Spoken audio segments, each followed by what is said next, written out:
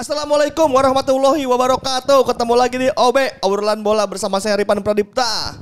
Apta Pradana. Mozaik Al Isamer. Seperti biasa setiap hari Jumat kita akan membahas ada apa aja dalam seminggu terakhir dan seminggu ke depan soal sepak bola Indonesia dan luar negeri. Lagi rame nih coach. Yang pasti masih hangat dan rame. Guys, bagaimana soal pertiketan?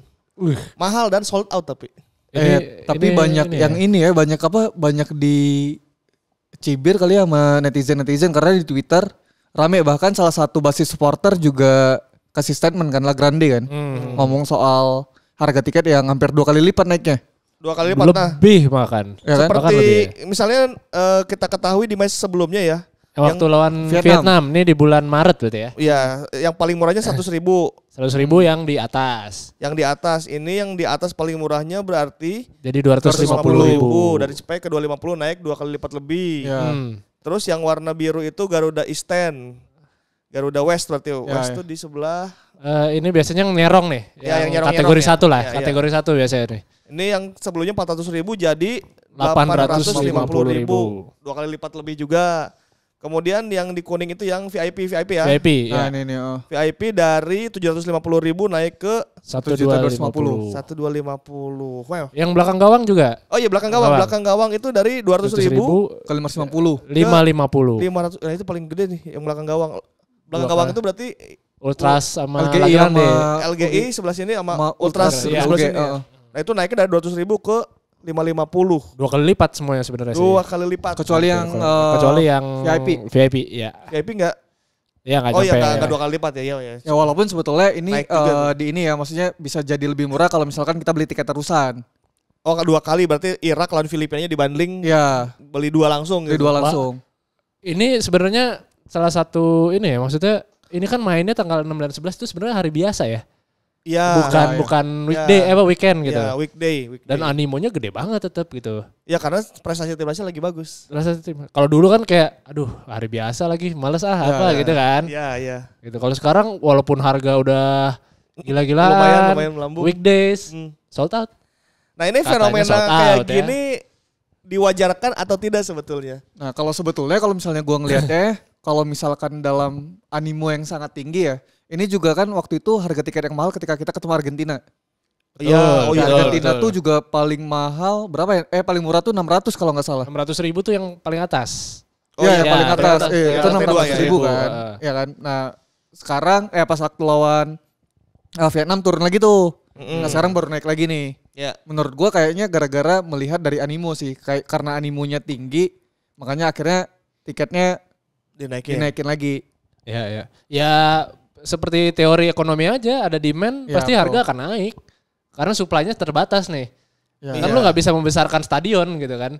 Emang cuma bisa 60.000 yang gue jual. Sedangkan animonya mungkin dulu 30.000 yang tertarik nonton bola. Sekarang 100.000 orang tertarik pengen nonton, apalagi timnasnya lagi bagus gitu kan. Ya mau gak mau ya harus dinaikin harganya. Dan yang dijual kemarin 50.000 dalam hitungan jam ya, langsung 12 jam katanya. Ya war tiket. Walaupun banyak yang berpikiran negatif, nyari untung nih, nyari ini gitu.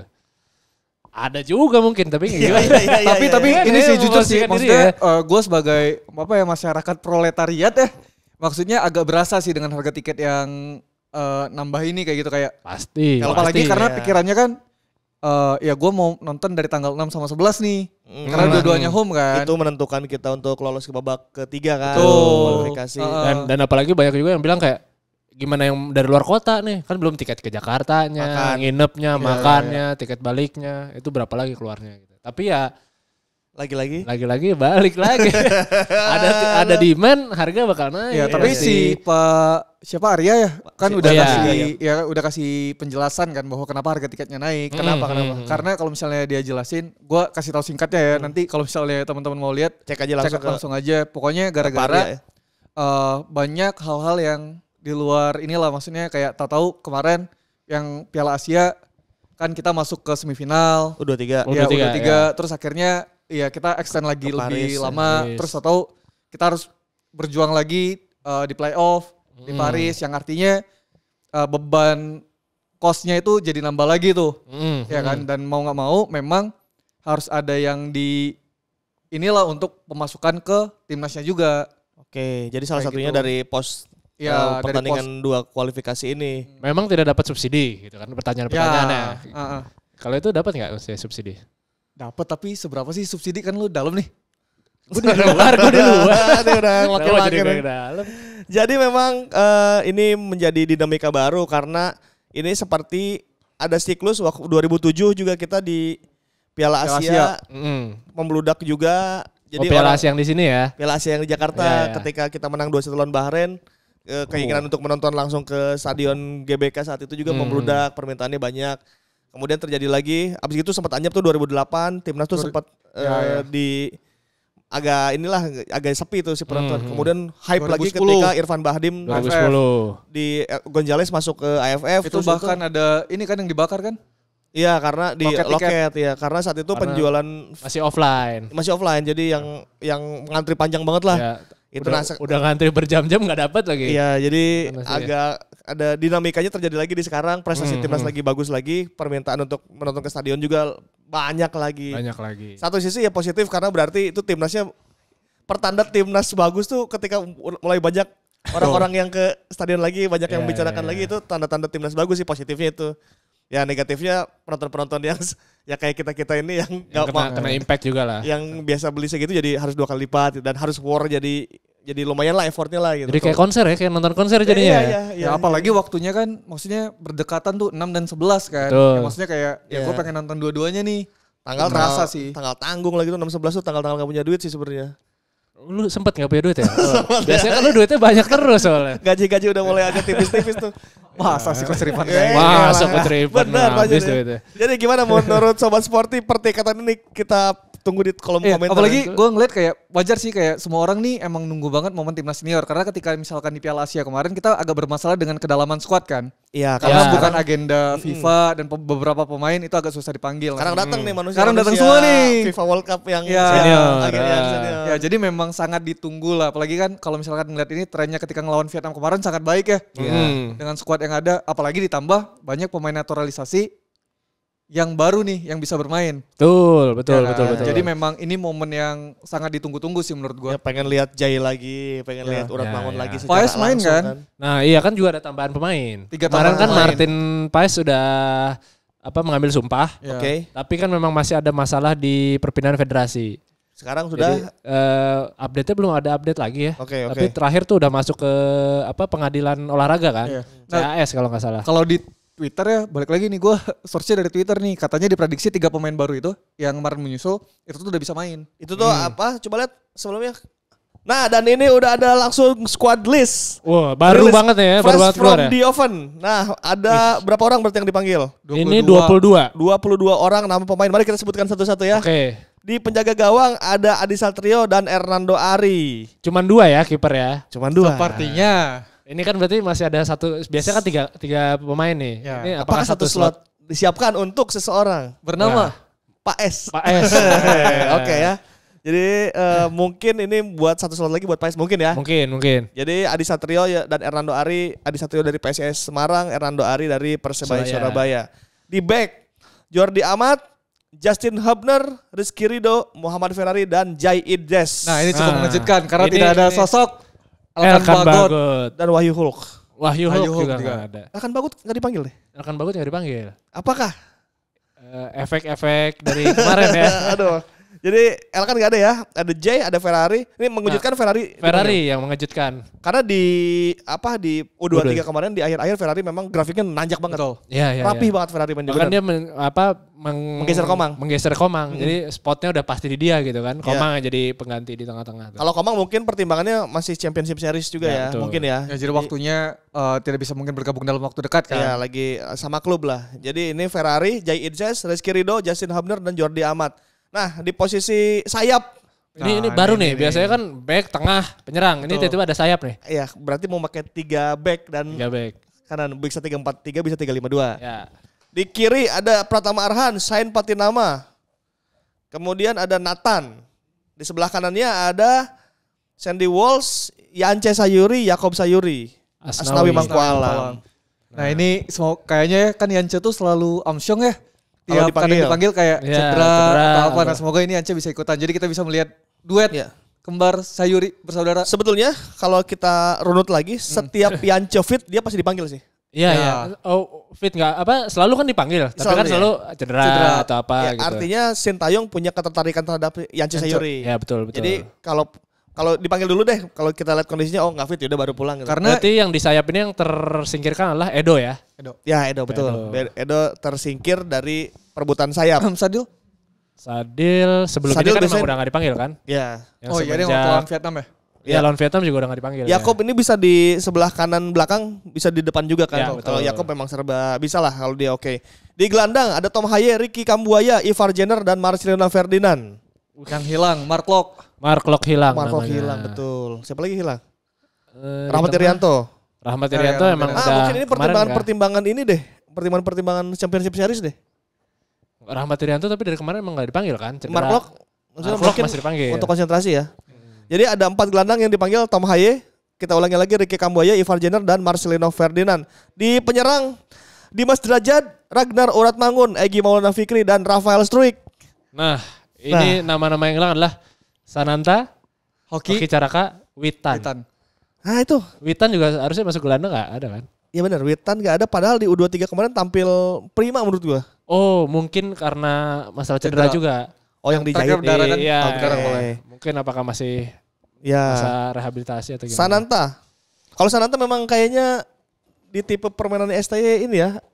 Cocok gak cocok ya? Cocok gak cocok sebetulnya. Dan mungkin dia ngetes kali. Ya kan masih ada nama Dimas Derajat ya. Di untuk senior nomor 9 nih, untuk nomor 9 gitu. Apalagi sekarang ada ada Ragnar.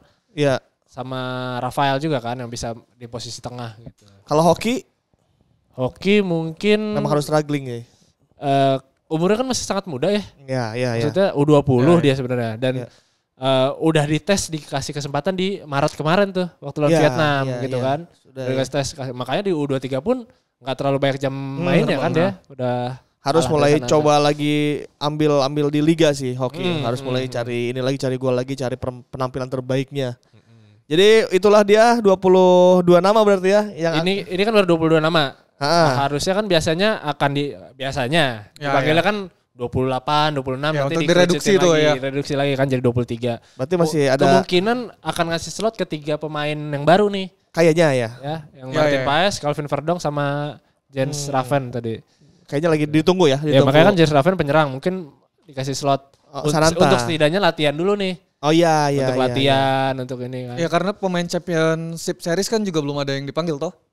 Berarti praktis dari Persib, Borneo, Madura dan Bali. Dan kok Persebaya Bali ya? Ya tidak ada ya. Tapi Bali emang dari kemarin gak ada sih yang pemainnya dipanggil. Kemudian kita akan lolos jika menang lawan Irak ya. Lawan Irak. Pokoknya kita hanya butuh 1 kemenangan lagi sebenarnya. Oke, entah lawan Irak atau lawan Filipina, 1 kemenangan akan membawa kita lolos. Betul. Lawan Irak?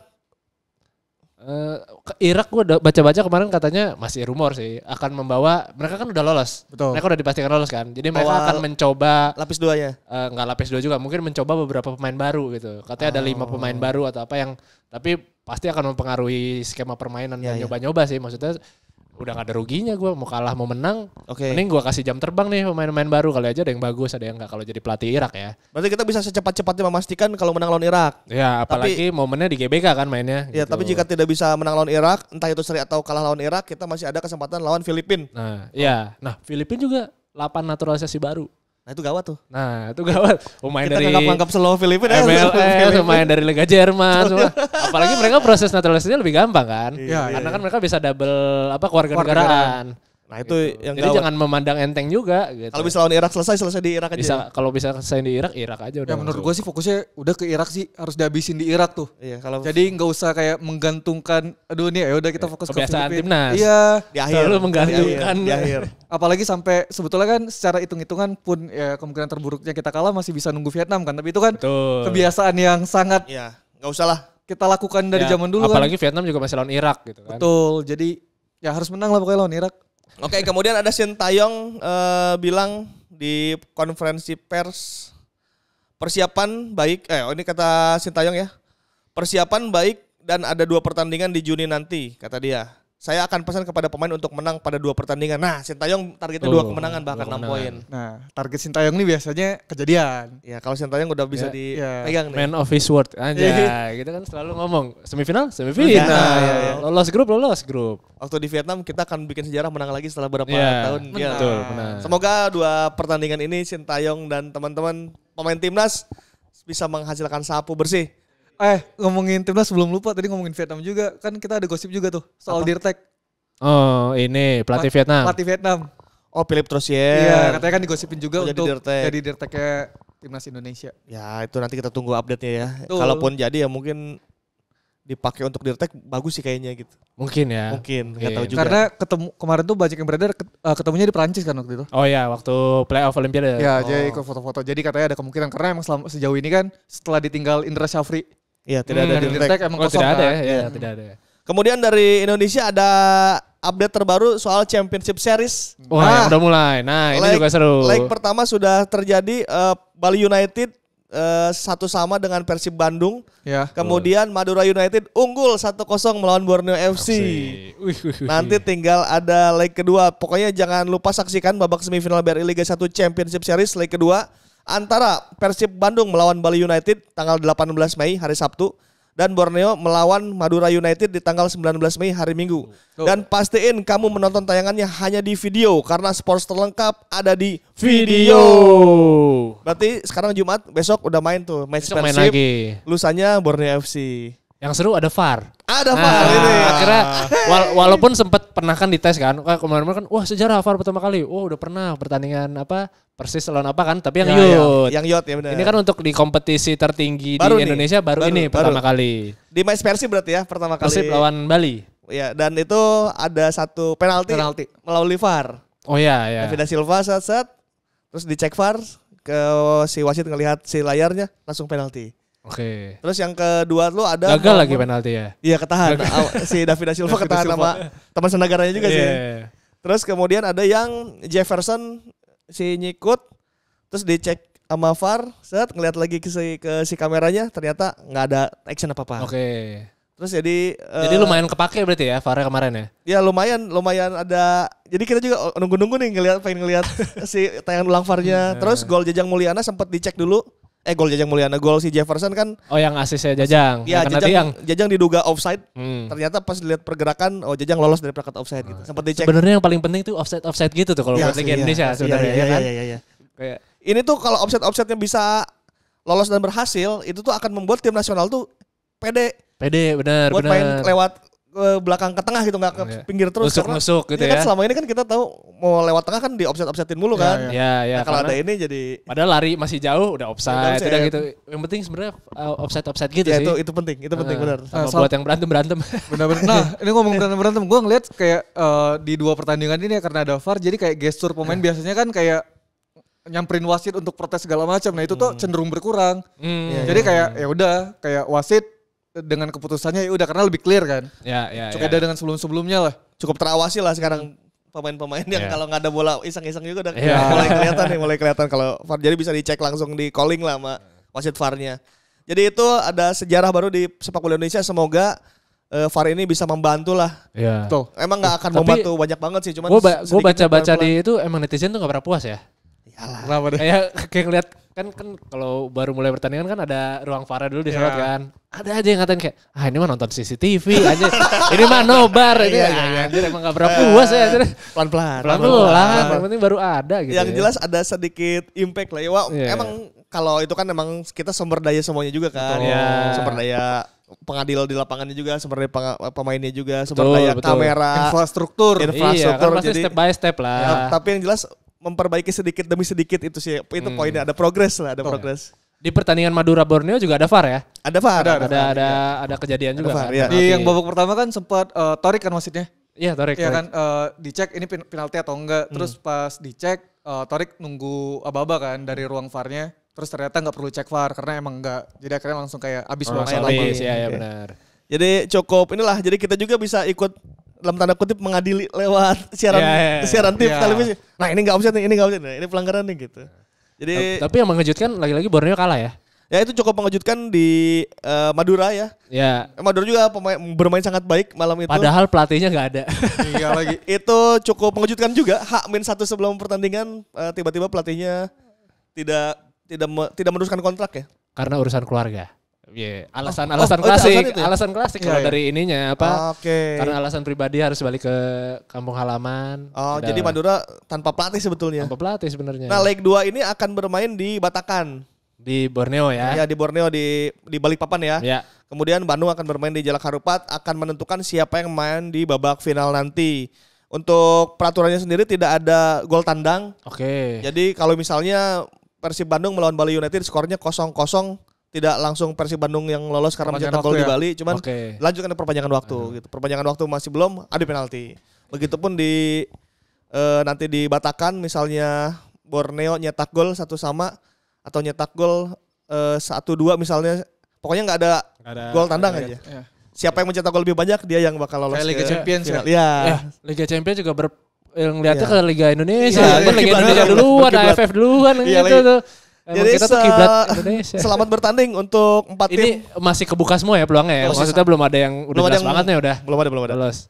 Tipis-tipis semua. Tipis-tipis semua. Masih seru. Selamat bertanding untuk 4 tim terbaik. Lolos coach. Ya gue tidak pandai memprediksi.